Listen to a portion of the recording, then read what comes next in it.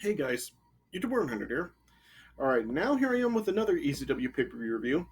And now next up, this is going to be a review for ECW Heatwave 2000. So, this show, oh gosh, I really don't know, what to really say about the show. This show was, I wouldn't really call it a bad show, but I feel that it was another sort of a middle of the road kind of show. Because some stuff is good and some stuff is bad, and yeah, I guess it wouldn't really fall into a bad show, but I think it would kind of fall under kind of a disappointing show because this show kind of does fall into what I was talking about in my last review. How this show well what we do have an overall solid show, but I don't know, from what we got and what we did have on the show, I think that this show really we could have actually gotten better than what we wound up getting on this show because there was some stuff on the show that I felt was kind of disappointing and you really felt could have been better. So to me that's really how the show does come off.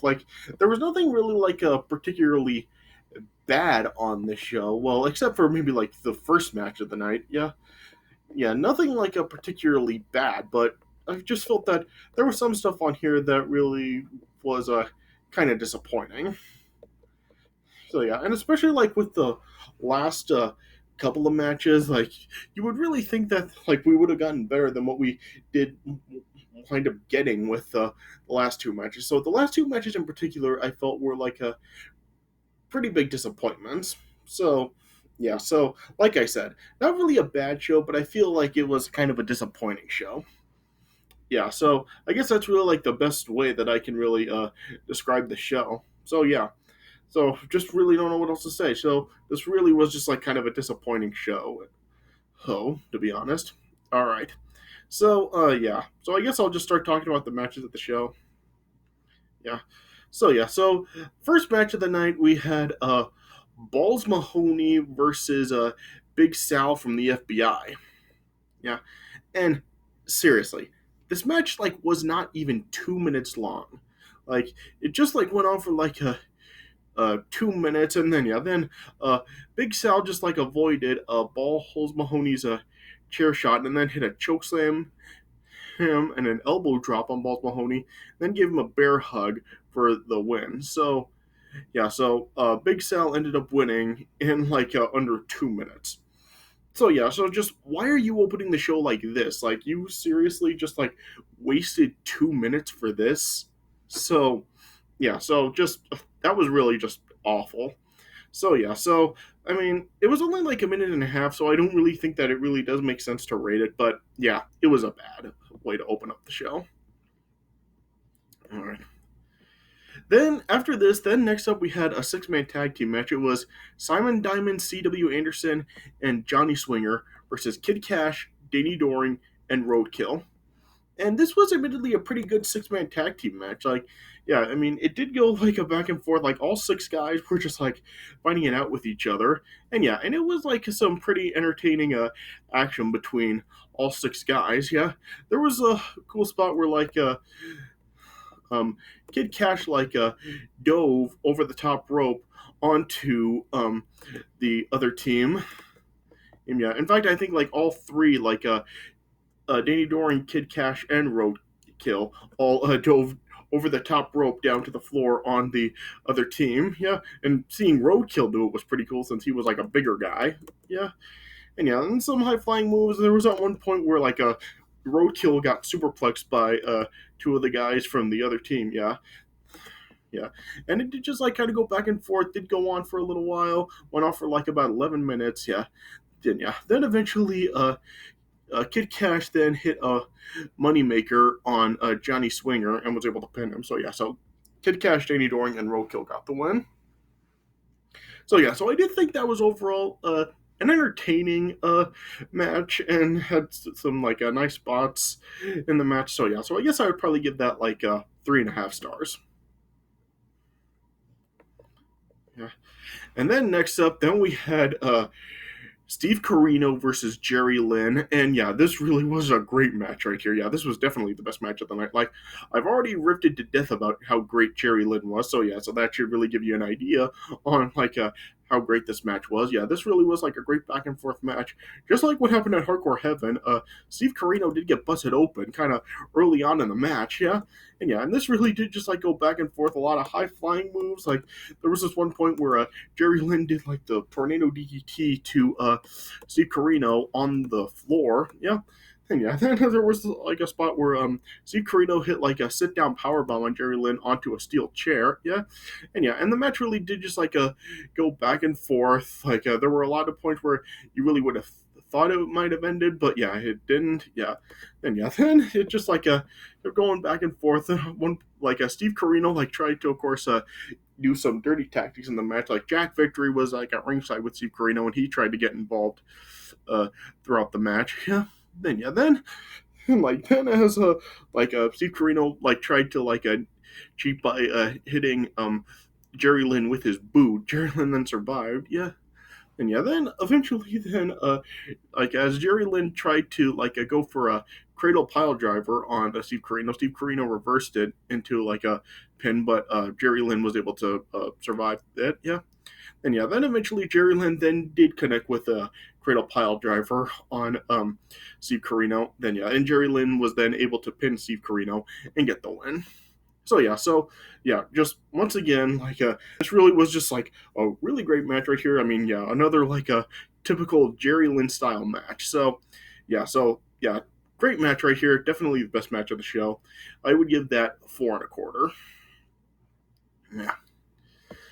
Then after this, then next up, then we had uh Chris Chetti and Supernova versus the Baldies. And yeah, this really was not anything too good or memorable at all. Like it was just lasted like for 5 minutes, and it was just the two teams really fighting it out. But yeah, not really anything memorable happened. It was just like back and forth fighting between both teams. Then eventually, Chris Chetti and Nova got the win with a tidal wave on Angel. So yeah, so that was what it was. So I guess I would give that like 2 stars. And then after this, then the next match, it was supposed to be a three-way dance with Yoshihiro Tajiri versus Little Guido versus Psicosis, yeah. But after all three guys got into the ring, then Mikey Whipwreck then came out and joined the match. So yeah, so this ended up being a four-way dance. And yeah, and just like the six-man tag, this was also a pretty good match right here. Or like yeah, it was a very solid match and real fast pace between the guys. Yeah, for some reason like they just like got Mikey Whipwreck eliminated just like about like a minute and a half into the match. So yeah, so what was really the point of Mikey Whipwreck even joining this match if he was going to be eliminated so quickly? Yeah, so yeah, I really question why they even bothered to do that. Yeah, then Psicosis ended up getting eliminated in like 4 minutes into the match.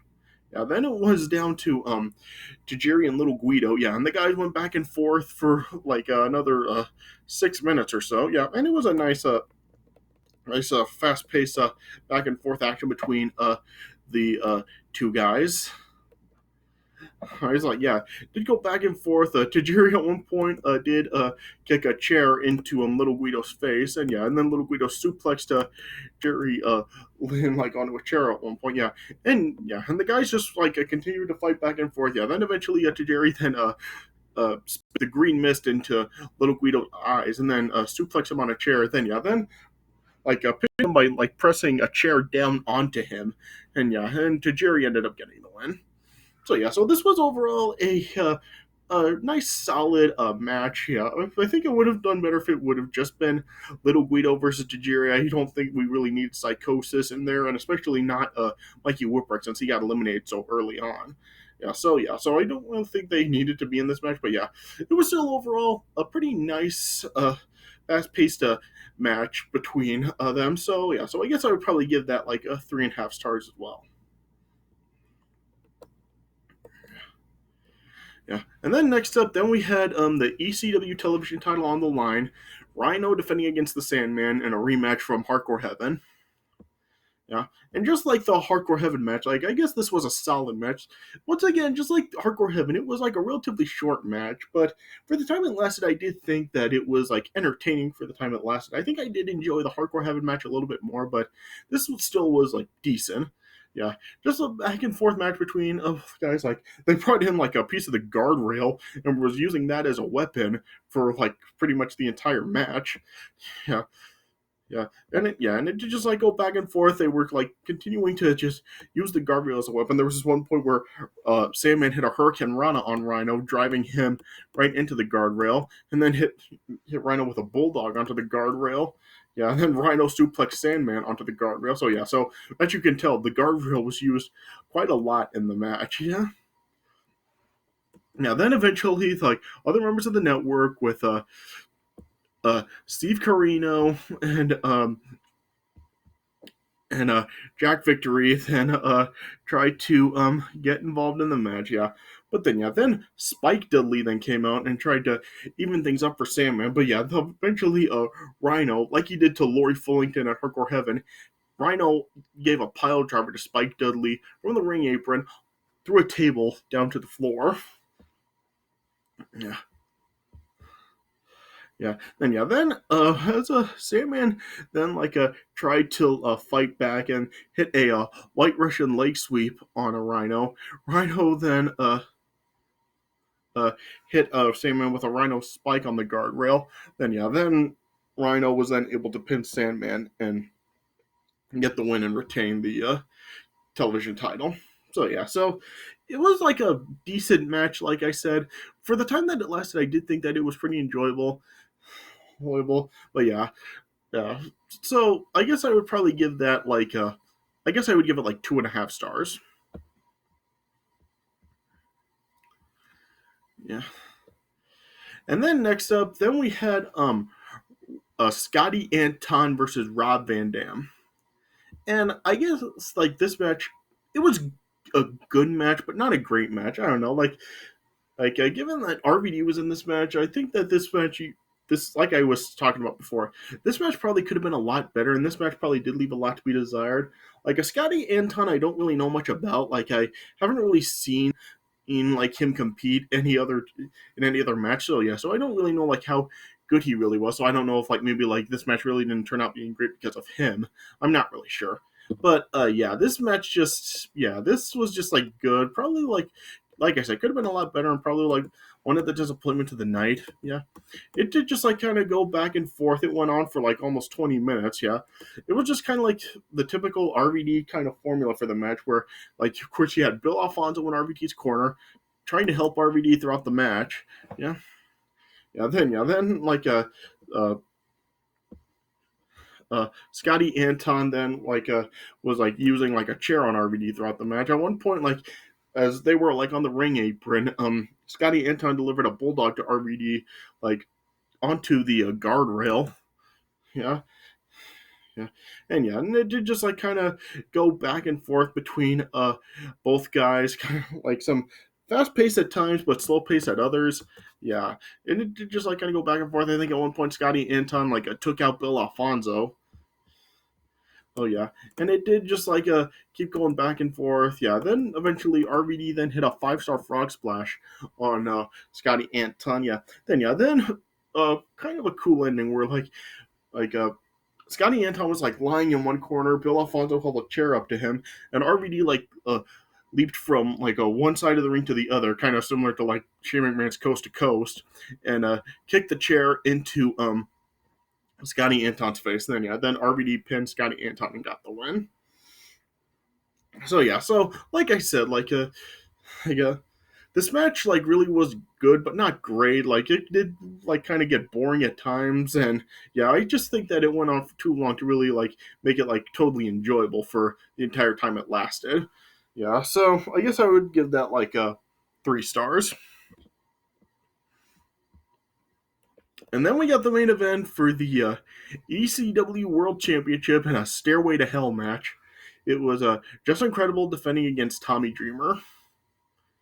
And this is another match, I guess it was a solid, but yeah, I think that this really could have been a lot better. Like, it's kind of like what I was talking about in the last review, how just the storyline for this match and just like the how heated the rivalry was. Like, wouldn't you have really expected a lot more from this match?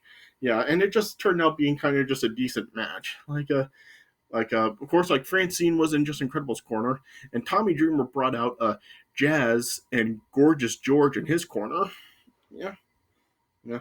And it really was just like the two of them, like just fighting for the entire thing.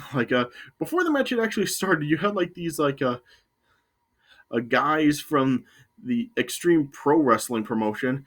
Apparently, like they were like in the front row, and then as like they ended up getting ejected after like an alleged incident that they had been touching Francine. So yeah, the guys got ejected. So yeah, and that went on for like a few minutes before this match actually started. Yeah, and yeah, and yeah, and the match did just go back and forth between both guys. They were just fighting. They hit their big moves in. Like there was a lot of weapon use with ladders and stuff. Yeah, then eventually Francine then got into the ring, and then as Jazz then was about gonna go after Francine, then had the swerve with Gorgeous George turning on Jazz, as in actually being aligned with Just Incredible and Francine. Yeah, but then Jazz took out Gorgeous George, and then as she tried to attack Francine, Just Incredible then hit Jazz with a That's Incredible. Well, yeah.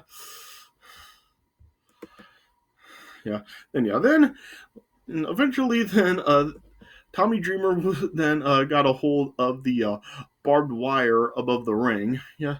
Then yeah. Then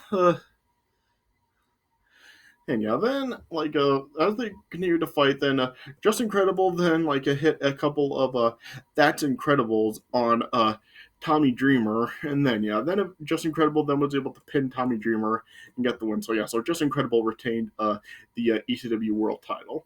So yeah, so I feel that Just Incredible winning was seemed to be pretty anticlimactic. Like with the storyline that this had with a Francine turning on Tommy Dreamer and costing him the ECW World Championship, wouldn't you have really expected Tommy Dreamer to regain the ECW title and get his revenge here? But it didn't happen. They just had Just Incredible defeat him. So yeah, and the crowd didn't like this either. The crowd was booing and throwing stuff at the ring after Just Incredible won. So yeah, pretty bad decision to have a Just Incredible win over Tommy Dreamer here. Yeah. But yeah, this match, it was a solid enough match, but yeah, given what the storyline and everything, this really probably left a lot to be desired. So yeah, could have been a lot better. But yeah, still a decent match. So I guess I would give that probably a 2.5 stars. Yeah. So overall with the show, I guess I would probably give it a 6.5 out of 10. Yeah, like I said, the show is just a very mixed bag. Some stuff is good, some stuff is bad, and yeah, and we have some disappointment on the show with the last two matches. So yeah, so it really is just all over the place with the show. Yeah.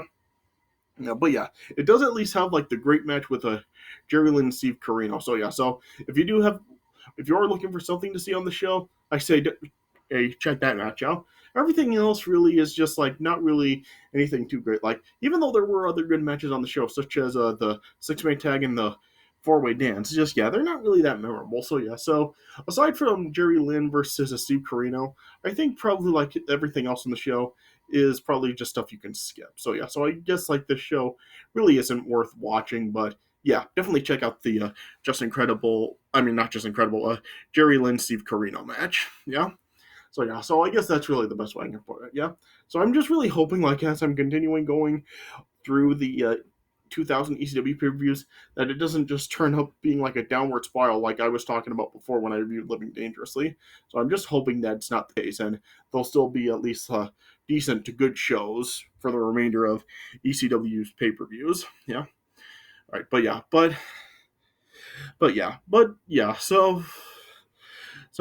as far as this one goes, yeah, just a very disappointing show, I think. But yeah, it does at least have one great match that's worth watching. All right, so yeah, so I guess that's the best way I can put it. All right. So yeah. So I guess this is all I really have to say about it. Sorry. So this is my review of ECW Heatwave 2000. So I hope you guys did enjoy this review. Yeah, and yeah, hopefully like ECW will still have like the some good pay per views going forward, and this isn't just like the downward spiral of ECW. Yeah. So hopefully that will be the case. All right. But I hope you guys did enjoy this review. So thanks for watching, and I'll see you guys later.